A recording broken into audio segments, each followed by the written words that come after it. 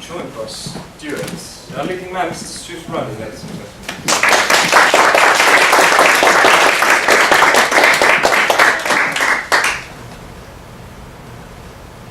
The shoot itself was broken up into its total of 5 shooting days. We had 2 days shooting with Nicky doing all the Starlet stuff. 5, yes.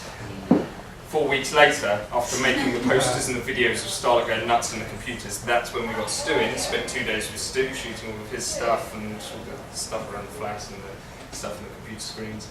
And then it was the day after that, shooting all the POV shots and anything that didn't have an actor in it. There are the odd 1 or 2 little shots where it's my foot or something like that. Yes. Just in your hand.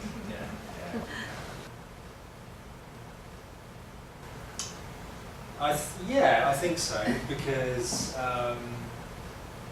well, I mean, we had no choice. I mean, we had to just keep, shooting and shooting and shooting. And I said it before, but pretty much everything we shot was in chronological order, apart from maybe 1 or 2 scenes that were slightly out of sync. So, it was brilliant from my perspective, because we didn't have to, start with an end scene and then get back to a psychological state for the beginning and then jump to the middle and then back to the beginning. We did it pretty much scene by scene. So, after having seen Starlet do something, and then to get into the right frame of mind and, emotional kind of state, I can move straight to that next scene too. So I think it helped build momentum, definitely. And I think it was like that for the whole crew as well, wasn't it? Really? Yeah, I think so. And, it's probably, I'd imagine, easier for you doing things like, okay, imagine there's a computer screen floating over your head after we've just shot a bit of you wanking beforehand and stuff. So you know where you're at that point in time.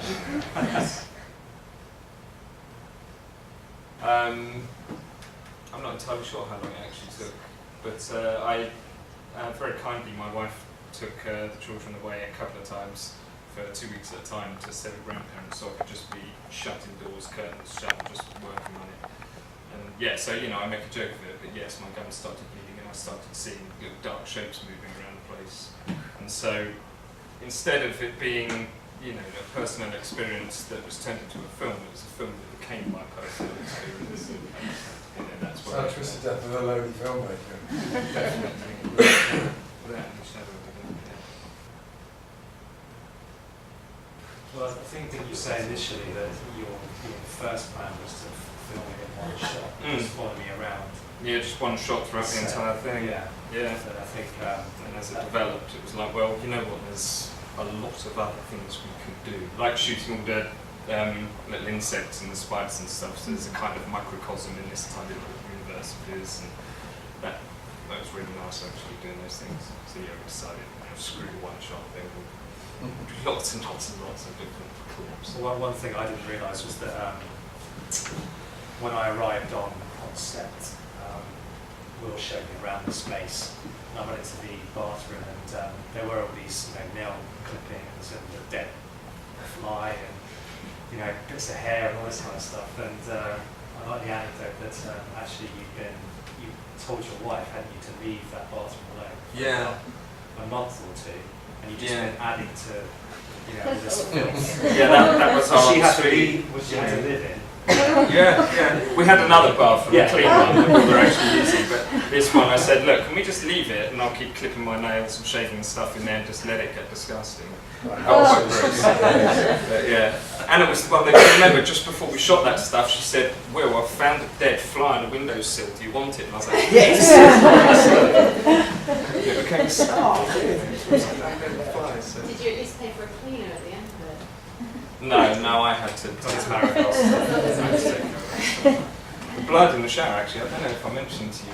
Don't ask me why, but for some reason, being black and white, it didn't need to be red, but for some reason I ended up using Worcestershire sauce, and I threw so much down the shower, the whole place really, really stank badly. You think it's bad for deodorant spraying around the place, but this stuff, pour a whole bottle of that into a shower. Heavy duty stuff. It's heavy duty stuff. No, I think it did help from a kind of performance perspective, like turning up and everything was there, straight away. And I actually spent 2 nights in that room myself, so I slept in that bed. I didn't change shelf clothes for 2 days. So I mean, it wasn't really enough. I mean, if I had the luxury of time, I would have stayed doing that for a couple of weeks, maybe. It wouldn't be 6 months, but just being in the set. on my own was really useful, I think, because it kind of added to that loneliness and being locked away was. It was nice to Produced. block in there as well, wasn't it? Instead of just being in an empty studio or something, actually being where everything is, so you know where you're going to bang into everything. Which you didn't do actually. You didn't bang into anything. But Saki, when he comes into the door attacking you, he put his boot straight into your toenails. That's right. Well, I was barefoot for the whole shoot, and Will had asked me not to cut my nails or toenails. For a month or two, so which was hard. But I did it, and just at that point when Saki, the guy that plays the ex-boyfriend, comes in and with the delivery, he had great big sort of Doc Marten, big steel toe cap boots on, and I had bare feet, and he just ran at me, but just stood on my big toe, and my nail just went all the way back. Oh God! I still remember that now. I can feel it. Did not call to cut. Just I did. I carried on through that tape, but afterwards, a few excuses came out. And tears.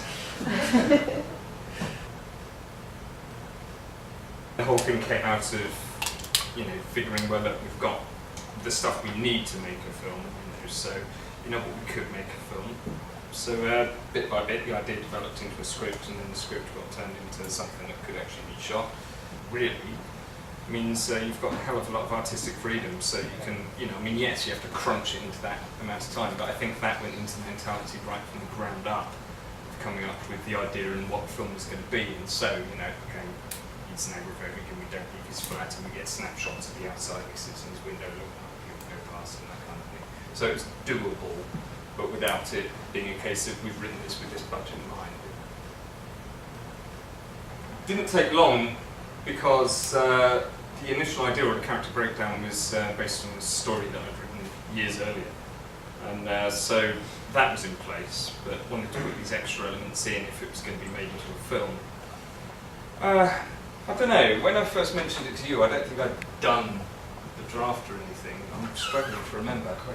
A few weeks, maybe? Wasn't really any improvisation, was there? No. I tried to allow you room to breathe as an actor, but in truth, I'm a bit more. It had to be very specific, I guess, with looks to particular places, sounds coming from. So some of it was quite explicit, wasn't it, in the script? Yeah. Well, a lot of it's put together or added in afterwards, so it's like, okay, you're going to have to look up here because this thing's going to be. Yeah, absolutely. I mean, obviously, there wasn't a computer screen floating above my head. Lots of things weren't there for me in the actual shoot that came later on. And you did a lot of pickup shots, didn't you? So I was only 2 days out of 5. So yeah. Considering it seems like the most of it is me, there's loads done down here as well. But it was nice to be able to use, because you need to use things that are happening at the time for like sound effects and Foley and stuff, and capture as much of that as you can. So, for example, the peeing is actual peeing, not at the time though. Do you remember? It's like you said, look, you need to record me doing a wee, right? Well, I'm doing a wee, so I said, Don, get in there with the microphone, record this stuff. So, Yeah. It's all authentic stuff, just done at different times. Yeah, we never did really much more than a couple of takes per scene either, did we? Because we only did really at the time too. So it was pretty fly by the seat of your pants at the time, but it was so well structured because we were just following the script. It was quite easy to. And Will was very, right in saying, quite mobile because he weren't restricted with great bits of kit. It was all very much, a lot of it was handheld, and so it was very nimble and easy to get nooks and crannies. If I can borrow Stuart for a second. Right, so Stu's here on the computer. Yeah. It's me with the camera on a little steady cam, going around and going as far across as I can before I get into frame. So it was literally, because it was really smooth. I didn't think. Steady cam is great. Yeah. Thank you. So that's it. One frame more and you start to see me in there. Yeah. Yeah, that's the thing. One of the guys who said to me he'd seen it a couple of times, and it's only after he saw it about, I think, 3, 4, maybe even 5 times, he said, "Oh yeah, I kept wondering why there's suddenly gaffer tape across the front."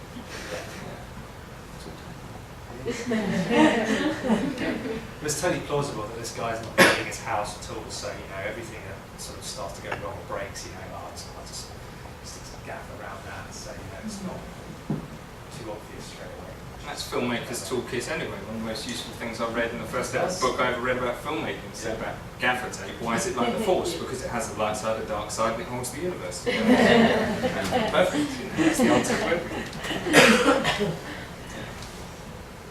Cool. Thank you. Well, thank Thank you.